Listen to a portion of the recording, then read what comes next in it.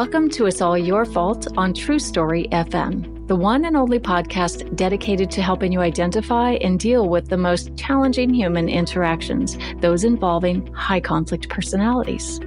I'm Megan Hunter, and I'm here with my co-host, Bill Eddy. Hi, everybody. We are the co-founders of the High Conflict Institute in San Diego, California, where we focus on training, consulting, coaching, classes, and educational programs and methods, all to do with high conflict, and since 2008. Today, we are going to do another Asked and Answered session, which is where we'll answer your questions. Thank you for sending those in. And if you do have questions, we'd love to answer them for you. So send them to podcast@highconflictinstitute.com or on our website at highconflictinstitute.com/podcast, where you'll also find all the show notes and links.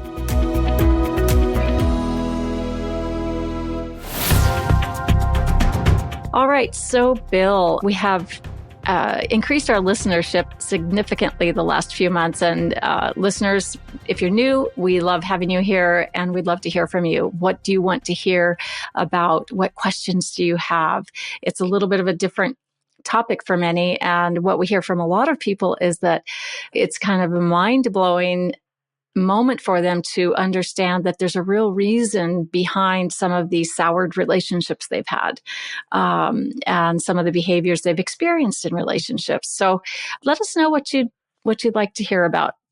We would like to do a series in 2025 on dating relationships and how to sort of spot this and what you should do and how you should do it. If you are, potentially in a romantic relationship with someone who's has high conflict patterns, we're also going to do a series on the workplace, which will be starting next week. So ask us questions about anything. We've been getting questions about elder abuse, about financial abuse, all kinds of things. So you name it. If we know the answer, we'll do the best we can. If we don't, we'll tell you. But we usually try to have a lot of resources and things available as well.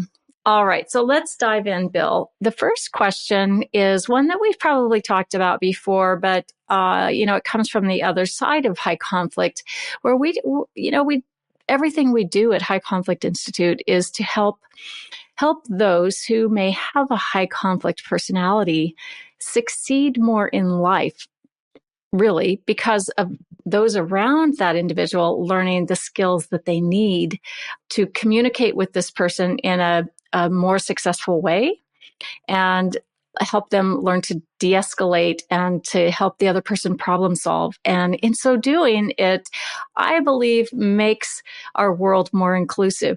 We can help people who struggle often in our systems, in our programs, in our processes, in relationships. So this is like kind of that missing piece, all right? Puzzle piece of what to do when we don't know what to do, when we're faced with very escalated emotions and with a lot of blame, and we feel stuck, or we're just angry about it, or we're worn out, or we, exhausted. But what about the person who sort of identifies that, hey, I think I have some of these behaviors. And that's where this question comes from. What do you suggest for the person who realizes they have perhaps a high conflict personality? And what resources do we have here at HCI for those people who realize it about themselves? And what do you suggest the first thing is that they should do and the first steps to healing? And it's interesting because I just did a training recently for professionals. And one wrote to me afterward and said, hey, I'm one of those people. And I would love to have some help to understand how to get better, how to heal, and how to, modify my behaviors. So it's kind of exciting to see that there are people who understand that all of this work is meant to help, right? And that they themselves can get that help. So I have a few thoughts on this, but what are your thoughts, Bill? What is that first step to healing? I think awareness really is. And that's one of the big differences, I think, between most people and people with personality disorders is self-awareness. Awareness of their own patterns of behavior and the impact they have on others. And so we talk about high conflict personalities. Maybe half have a personality disorder and half don't. And I'd say majority of high conflict people lack the self-awareness. But with education today, hopefully with our program and others, people are starting to realize maybe I do have some high conflict behavior and I want to change it. And so this self-awareness is really the first step. But then finding out what resources there are, reading books, coming to places like we have two programs that address people around a high conflict person and a high conflict person. One is the New Ways for Families, counseling and coaching method for people going through divorce. And we ask for judges to order both parents to go through it. So if one or the other or both are high conflict, they'll learn some helpful skills. Likewise, in the workplace, our New Ways for Work coaching is something that can be taken by employees who maybe they've been told you're a high conflict employee, and if you don't straighten out some of your conflict behavior, you may lose your job. So we kind of have those aspects of things. But I know you've been thinking about developing a specific program for people who self-identify as high conflict to help them gain the kind of skills we teach everybody. Yeah, and some have been taking my conflict influencer class that I teach as a live group class.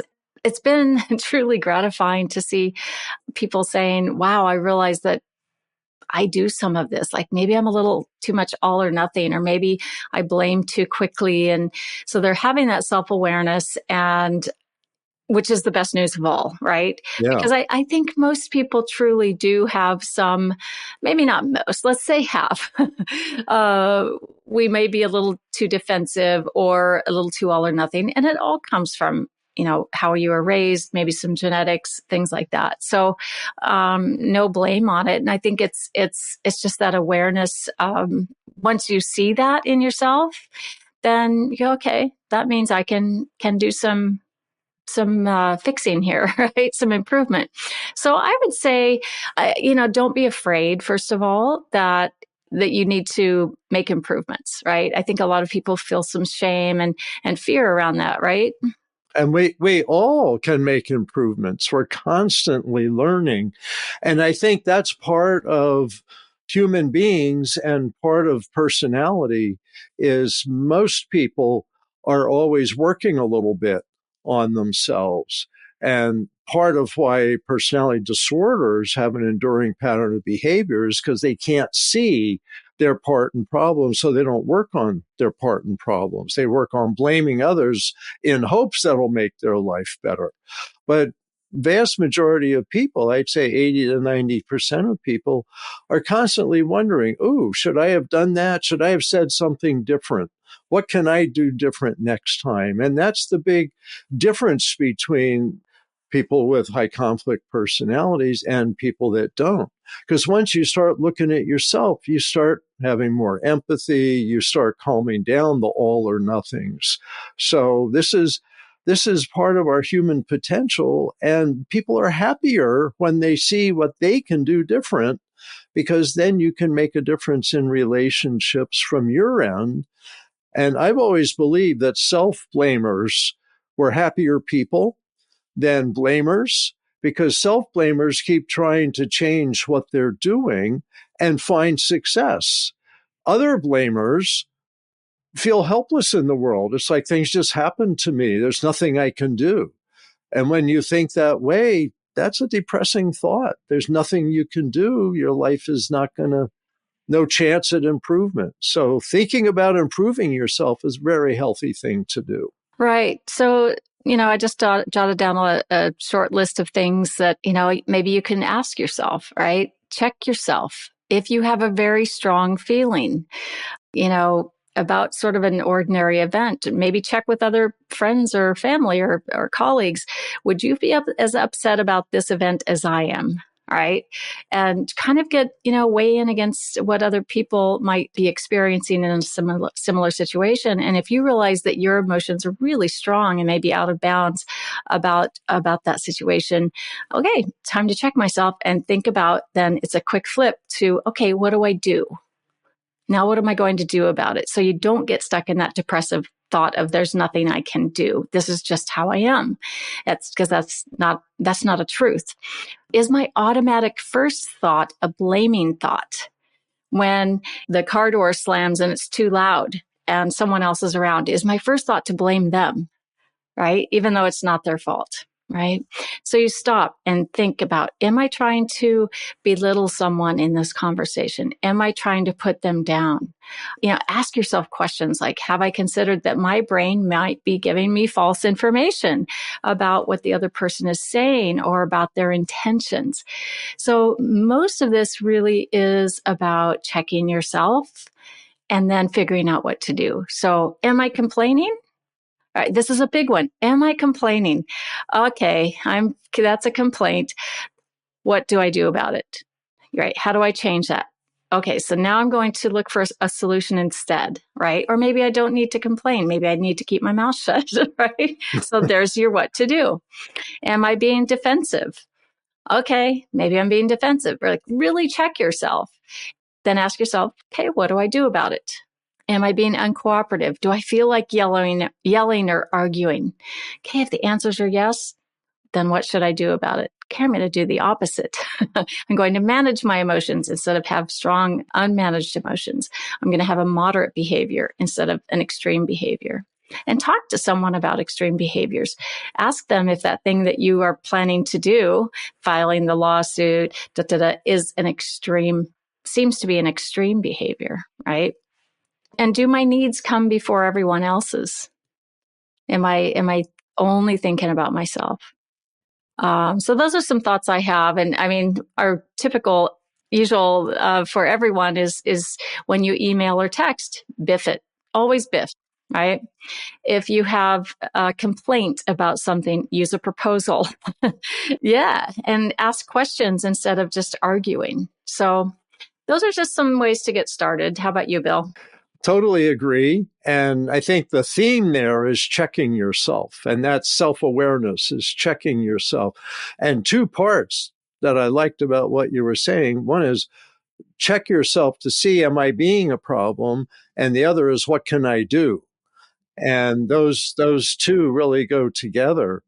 And I just wanted to define BIF for people that haven't heard us before. BIF is brief, informative, friendly, and firm communications, primarily in writing, like emails and texts, but also can be verbal. And it helps kind of restrain some of the more upset impulses that we may have. And so when people are looking at what can I do different, these are some of the things to try. Like Megan was saying, is always think, what can I do different next time? Because I might be surprised. Good. All right. Well, we hope that's helpful. And we will be announcing here in the next few weeks about a course we're going to have for people who want to have this very question. What do I do if I have some high conflict behaviors? So we'll make that announcement here on the podcast when that is available. So let's move on to the next question, Bill, and then we'll take a break and finish with our final question. This is from someone who says, I have a client whose ex-wife is creating chaos in his life and with the children ages 13, 10, and 8. He has to self-represent because he could no longer afford the legal costs of having an attorney. His ex-wife is defying court orders and making allegations about my client, allegations of being a child molester, to schools, coaches, and on social media, including his business reviews. How can I help him cope? Well, that's a tough one. Like I've said before, it's a small percent that make allegations of child sexual abuse, and they need to get figured out, because that does happen. It also doesn't happen. It really depends on the facts of the case. The concerning thing I find, because as a clinical social worker who became a family lawyer, a lot of the child sexual abuse cases I've been involved with are allegations. people are misreading the child's behavior or intentionally spreading rumors and such that are false. And one of my concerns is when someone eagerly tells the world that their ex is a child molester, that raises a lot of antenna for me, because a lot of real cases I've had, the parent, usually the mother, is very ashamed and embarrassed that her ex is engaging in behavior like this and is not at all wanting to broadcast it and was trying to keep it private. And that's part of the problem, is it hasn't come out. But let me go cut to the chase, I guess. If someone's self-representing, I recommend they read my book, Splitting, because I explain in there allegations, true allegations of child abuse, domestic violence, alienation, and false allegations of child abuse, domestic violence, and alienation, and others, false allegations of substance abuse, etc. The best way, I believe, to present that if you're representing yourself is to identify the three biggest patterns of behavior that are concerning of the other parent that's affecting the parenting plan. There's three biggest concerns, and then give your strongest examples of each of these. So you organize your information under these three headings so that the court can really focus. Because people say there's these 20 things that are going wrong, it doesn't stick. But if you have three things, that's more sticky. That, like, undermining my relationship with my child. And here's three of the worst examples of that. Or lying to professionals and the court. And here's three of the worst examples of that. Or not following doctor's orders and healthcare treatments, etc. These are common things, but there may be something else in your particular case. So think of the three and address that and have your examples fit within those, so you can say over and over again, here's another example of undermining my relationship with my child, or another example of lying to professionals and the court, so that that concept really gets through. Because when you deal with high conflict people on the other side, they tend to keep it simple, emotional, and repetitive. And it's often not accurate, not true. So you want to make sure you keep it simple, repetitive, with a touch of emotion. Don't look emotional. You want to look informative and reasonable. And that it's true. And you have to be careful that it's true. If you exaggerate or make up stuff, you're going to lose the court, and perhaps rightfully so. So that's what I'd recommend. All right. Thank you, Bill. We'll put that link to the Splitting book in the show notes. And now we're going to take a quick break. We'll be back in a minute to talk about questions around elderly parents. We'll be right back.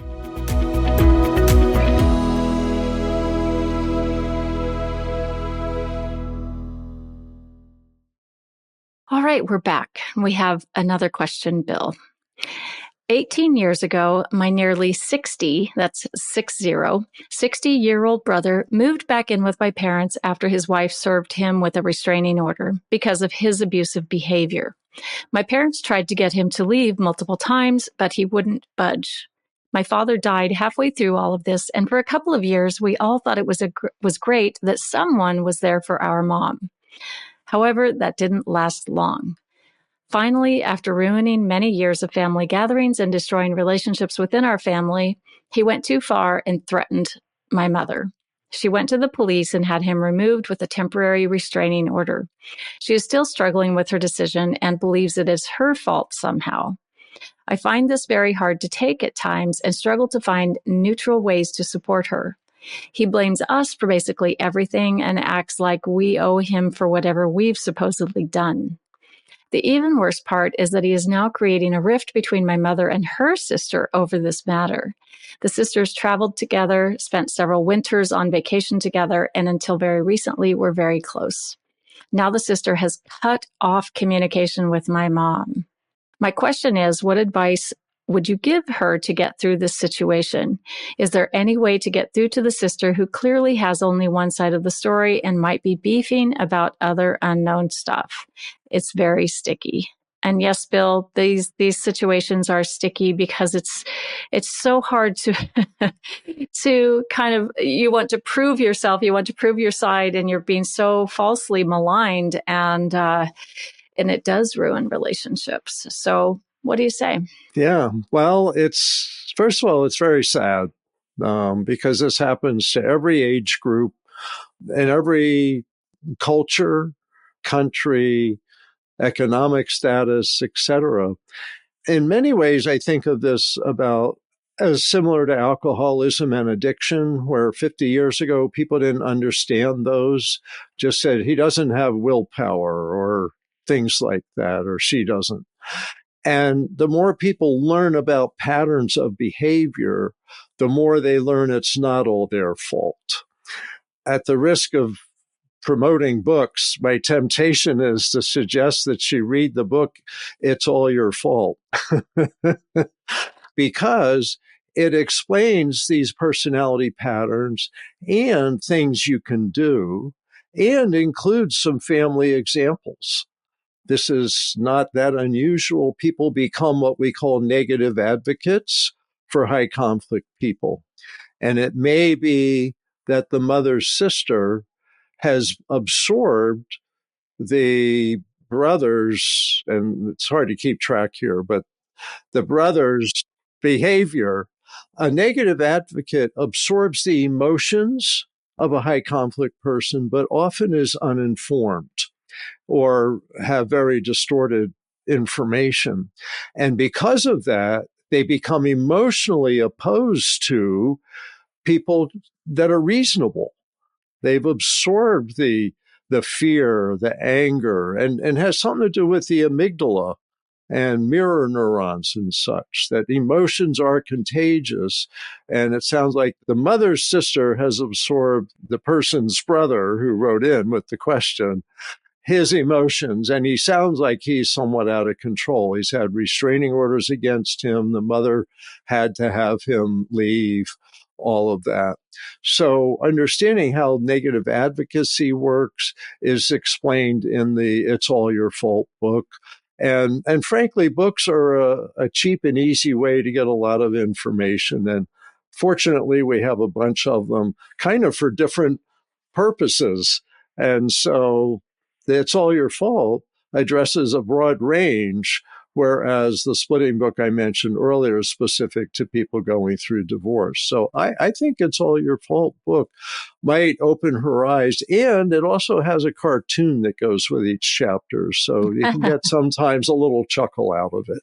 Yeah, it's interesting. I think, this concept of the negative advocate, I see it as, the cheerleader, or sometimes the whole cheerleading squad or team that, believes those stories that are being told.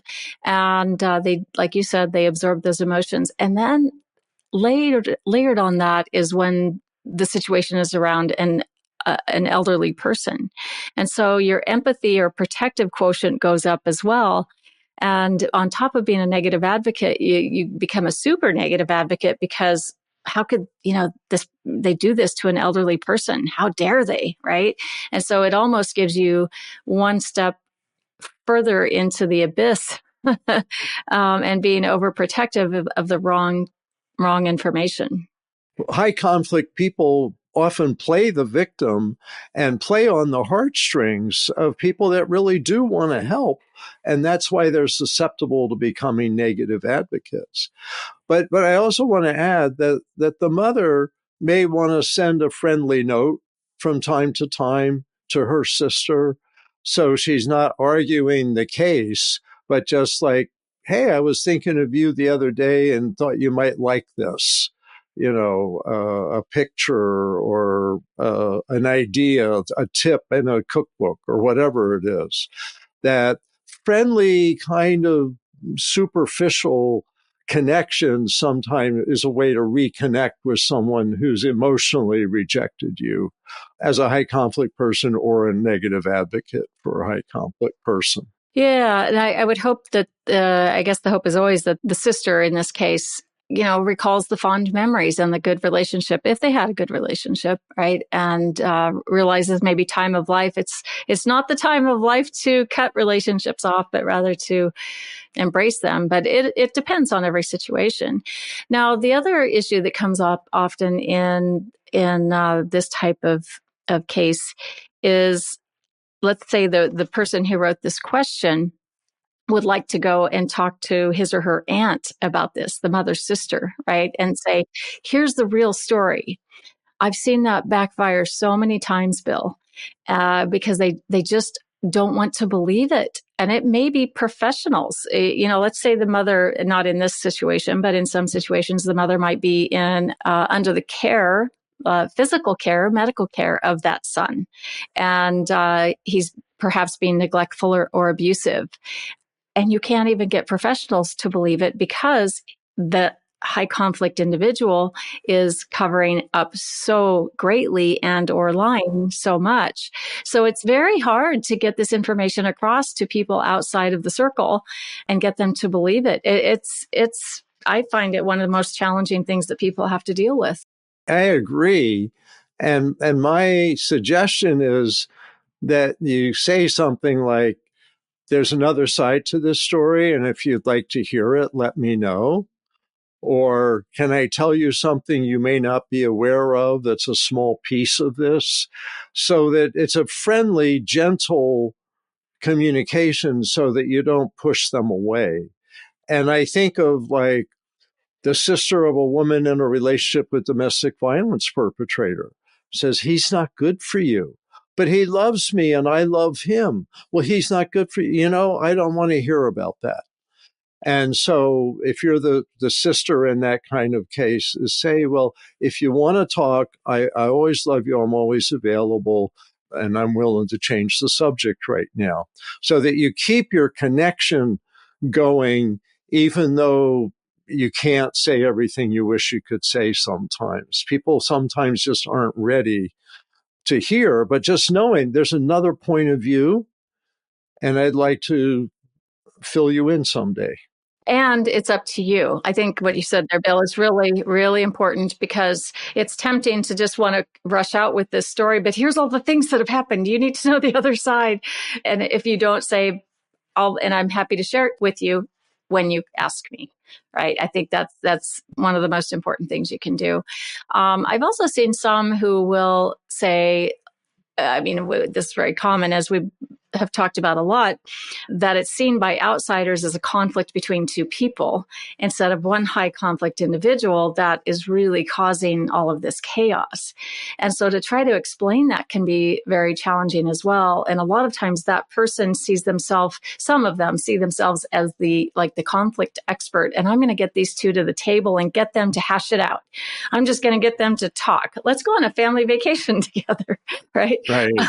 Something like that. And they actually end up kind of sabotaging it further, or it just will typically end in no resolution. Yeah. At the best. And that's such an important point, is a lot of high conflict cases are really one person who's high conflict and another person is their target of blame, and trying to be reasonable and walk on eggshells and everything. And people assume it's two equal conflict purveyors. And many cases it's not. I think of domestic violence. I think of false allegations, all of that. So it's really important people keep an open mind and not make that assumption. There's one other thing I want to make sure I get in here before we close, and that is always consult with a professional in your area, in your geographical area, somebody nearby. A therapist might be really helpful for the mother in this case we've been talking about, who's lost the connection with her sister.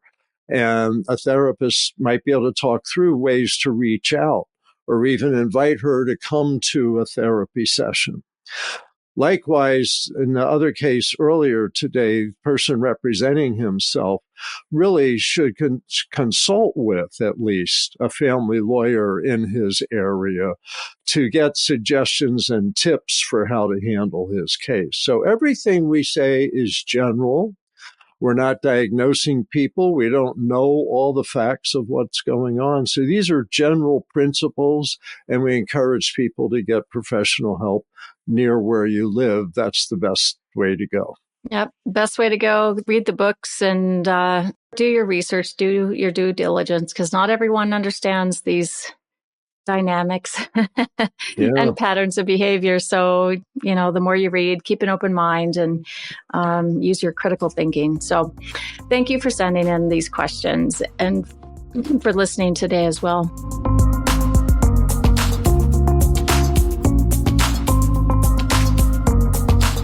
Next week, we're going to shift into some episodes on workplace from different perspectives within the workplace, from HR, from employee relations, from leadership, from employees, from all different aspects. And I think you'll really enjoy it. In the meantime, send your questions to podcast@highconflictinstitute.com or submit them to highconflictinstitute.com/podcast. Until next time, keep learning and practicing. Be kind to yourself and others while we all try to keep the conflict small and find the missing piece. It's All Your Fault is a production of True Story FM. Engineering by Andy Nelson. Music by Wolf Samuels, John Coggins, and Ziv Moran. Find the show notes, and transcripts at truestory.fm or highconflictinstitute.com/podcast. If your podcast app allows ratings and reviews, please consider doing that for our show.